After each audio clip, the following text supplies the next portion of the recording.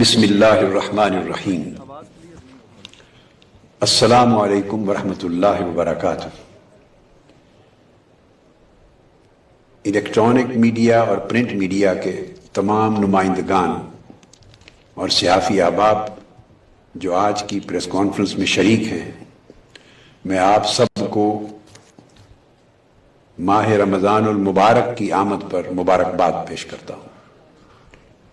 اللہ رب العزت یہ مبارک مہینہ ہم سب کے لیے برکتوں، نعمتوں اور سعادتوں والا بنائے۔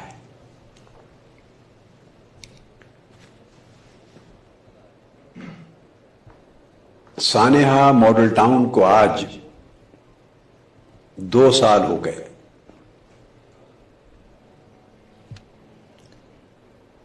وہ رات کسی کو نہیں بھولی اور 17 جون کا دن کوئی شخص فراموش نہیں کر سکا، جس دن ریاستی دہشت گردی اور حکومت پنجاب کی درندگی کے نتیجے میں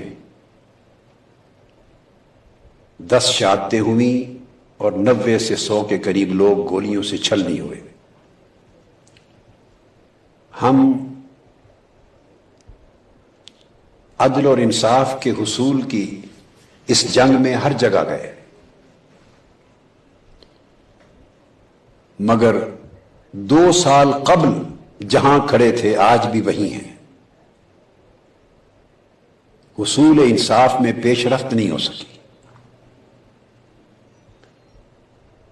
جسٹس باقر نجفی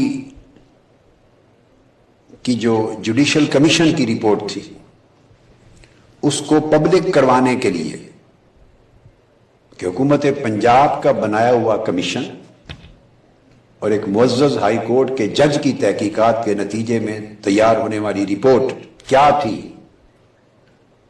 اس نے کن کو مجرم قرار دیا تھا، اس رپورٹ میں کن کو قتل عام کا ذمہ دار قرار دیا تھا، اس رپورٹ کو حاصل کرنے میں بھی 1.5 سال کا عرصہ صرف لاہور ہائی کورٹ میں لگ چکا ہے۔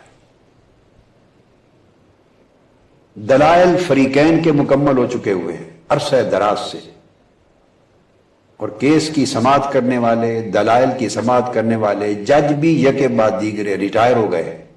اب نہ نیا بینچ بن رہا ہے، صرف فیصلہ سنانا باقی۔ اس رپورٹ کے حصول کے لیے بھی 1.5 سال گزر گیا۔ عدالتوں کے چکر لگاتے رپورٹ حاصل نہیں ہو سکی، پبلک نہیں ہو سکی۔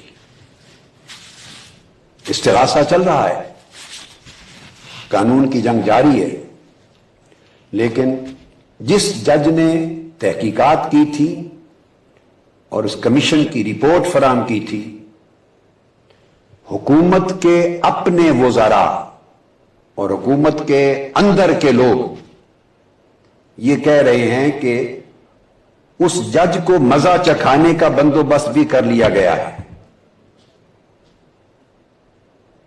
تاکہ رپورٹ متنازع ہو سکے اور اس کمیشن کو ایک یادگار سبق سکھایا جا سکے۔ انا للہ و انا الیہ راجعون۔ اسی مقصد کے لیے 14 بلکہ تو بعد میں تو 27 شہید ہو گئے، مجموعی طور پہ تعداد ہم شمار کریں، مگر 10 شہداء اور 90 زخمی جو 17 جون کو ہوئے تھے، جس میں ہماری بیٹیاں بھی شامل تھیں۔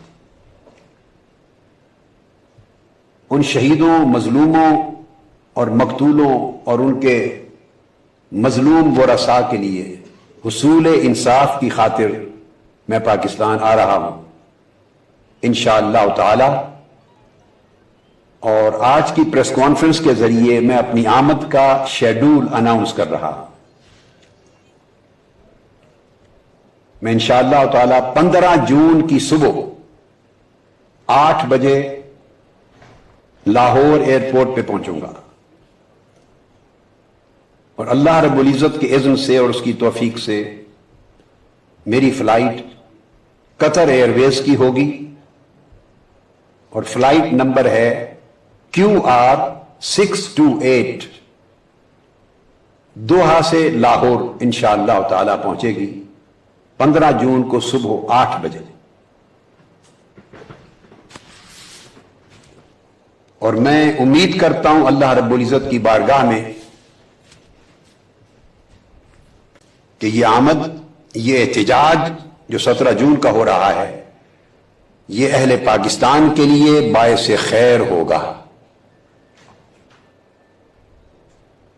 اللہ رب العزت کی بارگاہ میں دعا بھی ہے، التجا بھی ہے، اور بڑے پر امید ہیں اللہ کی رحمت سے کہ انشاءاللہ خیر کی صبح طلوع ہوگی اور عدل اور انصاف ملے گا مظلوموں کو، شہیدوں کو۔ اس موقع پر ہم نے ایک بڑے احتجاج کا پروگرام بنایا ہے، جسے باضابطہ میں آج اناؤنس کر رہا ہوں۔ 17 جون کو انشاءاللہ تعالی مال روڈ لاہور پر احتجاج ہوگا، ایک دھرنا ہوگا۔ اس کا دورانیہ کیا ہوگا، اس کی تفصیلات کیا ہوں گی، یہ سب 17 جون ہی کی رات انشاءاللہ بیان کروں گا۔ پاکستان بھر کی تمام پولیٹیکل پارٹیز کو اور جملہ پولیٹیکل قیادتوں کو دعوت دے دی گئی ہے۔ اتنی بات کہنا چاہتا ہوں کہ یہ احتجاج اور یہ دھرنا ہمارا حق ہے۔ ہمارے اوپر ظلم ہوا ہے، ہماری لاشیں گری ہیں، ہمارا خون بہا ہے، قتل عام ہوا ہے، اور ہمیں آج تک انصاف نہیں ملا۔ احتجاج کرنا ہمارا حق ہے، احتجاج پر امن ہوگا۔ پرامن احتجاج ہماری تاریخ ہے، ہمارا شیوا ہے، ہماری انفرادیت ہے، ہمارا کریکٹر ہے۔ لہذا حکومت پنجاب کو بتانا چاہتا ہوں کہ وہ کس قسم کے کارکنان کی آمد کے لیے اور وہاں کے دھرنے کے لیے کسی قسم کے روڑے نہ اٹکائے، کسی قسم کی رکاوٹ نہ ڈالے، کسی کو روکا نہ جائے۔ احتجاج کے پرامن ہونے کی ضمانت میں دے رہا ہوں۔ اگر حکومت نے اپنی عادت کے مطابق، اپنی روایت کے مطابق کوئی غلط کاری کی تو وہ اس کی ذمہ دار ہوگی۔ اس موقع پر میں 17 جون کی رات بھی بات کروں گا، مگر اب بھی کہنا چاہتا ہوں، جنرل راحیل شریف صاحب کو بھی ایڈریس کرنا چاہتا ہوں۔ جنرل راحیل شریف صاحب، آپ سپہ سالار ہیں، ضرب عزم کی کامیابیوں پر آپ کو مبارک ہو۔ دہشت گردی کے خلاف ایک عظیم الشان تاریخی جنگ لڑنے اور جنگ کو جیت کی طرف، کامیابی کی طرف لے جانے کے اس عمل پر آپ کو مبارک ہو، آپ کی پوری ٹیم کو مبارک ہو، افواج پاکستان کو اور جوانوں کو مبارک ہو جو اپنی جان کی قربانیاں دے رہے ہیں پاکستان میں امن کی بحالی کے لیے، پاکستان کی سرزمین کو قتل و غارت گری اور دہشت گردی سے پاک کرنے کے لیے۔ مگر اس مبارکباد کے ساتھ میں ایک یاد دہانی بھی کروانا چاہتا ہوں آپ کو۔ ایک ذمہ داری جنرل راحیل شریف صاحب آپ کے کندھوں پر ہے۔ آپ کو یاد دلانا چاہتا ہوں، آج سے 2 سال قبل یاد کریں، ہم شہادتوں کے بعد بے حساب لوگوں کے جسم گولیوں سے چھلنی ہو جانے کے بعد بہت بڑے احتجاج کی صورت میں اسلام آباد آئے تھے، اس سے زیادہ مدت تک دھرنا دیا تھا، اور اس کے ابتدائی ایام میں ہماری تمام تر کوششوں کے باوجود حکومت پنجاب نے اور حکومت پاکستان نے اتنے بڑے قتل عام پر FIR بھی نہیں کٹنے دی تھی۔ کیسے کٹتی کہ قاتل ہی خود حکمران تھے، حکمران ہی قاتل تھے، حکمران درندے تھے، درندے ہیں۔ حکمرانوں نے ساری رات گولیاں چلائی تھی، حکمرانوں نے دن کی روشنی میں اجالے میں بھی گولیاں چلائی تھی،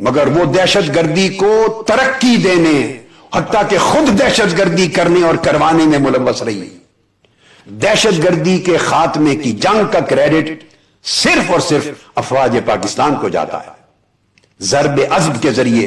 اور ضرب عضب کا جو آپریشن ہے اس میں بھی حکومت پاکستان نے کوئی ہیلپ نہیں کی، کہ افواج پاکستان نے اس ملک کو امن دلانے اور امن بحال کرنے کے لیے اپنی جانیں قربان کی ہیں۔ یہ کریڈٹ افواج پاکستان کو جاتا ہے، حکومت کو نہیں جاتا۔ حکومت نے لوڈ شیڈنگ ختم کرنے کا وعدہ کیا تھا، 3 سالوں میں 988 ارب روپے خرچ کر دیے بجلی پیدا کرنے کے نام پر، اور کرپشن کی نظر ہو گئے، مگر لوڈ شیڈنگ جو کی توں ہے۔ 16 گھنٹے، اور کئی شہروں میں 12 سے 14 گھنٹے، کئی شہروں میں 10 گھنٹے علاقوں میں بجلی غائب ہے۔ مساجد میں وضو کے لیے پانی نہیں ہے، گھروں میں پینے کے لیے پانی نہیں ہے۔ لوگ ترس گئے ہیں، نہ وہ بجلی دے سکے، نہ وہ لوگوں کو دیگر ضروریات مہیا کر سکے۔ مہنگائی کا خاتمہ ان کا وعدہ تھا، منشور تھا۔ 2008 کے ساتھ اگر کمپیئر کریں تو جو دالیں 2008 میں 50 روپے کلو تھیں، وہ آج 150 سے 200 روپے کلو ہے۔ دودھ 30 روپے کلو تھا، آج 80 روپے یا زائد اس کلو ہے۔ چینی 21 روپے کلو تھی، آج 62 روپے بک رہی ہے۔ مٹن گوشت 400 روپے کلو تھا، آج 800 روپے بک رہا ہے۔ الغرض مہنگائی آسمان تک چلی گئی۔ کرپشن ختم کرنا تو ان کا کبھی وعدہ ہی نہیں تھا، چونکہ یہ کرپشن میں بیلیو کرتے ہیں، یہ کرپشن کی پیداوار ہیں، یہ کرپشن کے خالق ہیں، کرپشن کے صنعت کار ہیں، کرپشن کو فروغ دینے والے ہیں، کرپشن کو ترقی دینے۔ واحد شے جس کو انہوں نے اپنے دور حکومت میں ترقی دی ہے وہ کرپشن ہے، خواہ وہ چھوٹی سطح کی رشوت ہو، خواہ وہ بہت اونچے سطح کی کرپشن اور لوٹ مار ہو۔ اور نتیجہ اس کا یہ ہے کہ آج پاناما پیپرز لیک کی صورت میں جو حشر ہو رہا ہے، مذاق ہو رہا ہے، ٹرمز آف ریفرنسز کے لیے TOR کی پارلیمانی کمیٹی کے نام پر، وہاں بھی انصاف کو ذبح کرنے کی سازشیں ہو رہی ہیں۔ جب تک یہ لوگ اقتدار میں رہتے ہیں، مجھے ڈر ہے خدا نہ کرے ریاست پاکستان کا کیا ہوگا۔ آخری بات کہنا چاہتا ہوں، قوم سے غلط بیانی کی جاتی۔ اس وقت پاکستان 25,000 ارب روپے کا مقروض ہو چکا ہے۔ بجٹ پیش کیا گیا مگر حقائق چھپائے جاتے ہیں غلط بیانی کے پردوں میں، جھوٹے من گھڑت اعداد و شمار کے پردوں میں۔ ان کے دور حکومت میں اب تک 25,000 ارب روپے کا مجموعی طور پر ملک مقروض ہو چکا ہے۔ اور بہت دکھ کی بات اور حیرت کی بات یہ ہے کہ ہر روز 5.25 ارب روپے کے نوٹ چھاپے جاتے ہیں اپنی اکانومی چلانے کے لیے۔ میں دوہرا رہا ہوں پھر، 5.21 بلین روپیز، آلموسٹ 5.25 ارب روپے کے نوٹ، 5.25 ارب روپے کے نوٹ ہر روز کاغذ کے نوٹ چھاپے جا رہے ہیں۔ میں پریس کانفرنس میں یہ اعداد دے رہا ہوں، اگر میری یہ تحقیق، میری یہ رائے، میرا یہ بیان اس میں کوئی غلطی ہے تو حکومت نہیں، وہ تو اس کا کام جھوٹ بولنا ہے۔ ملک کی ایجنسیز جن کے پاس پورے اعداد و شمار ہوتے ہیں، وہ میری بات کی کائنڈلی تردید کر دیں، مجھے کریکٹ کر دیں۔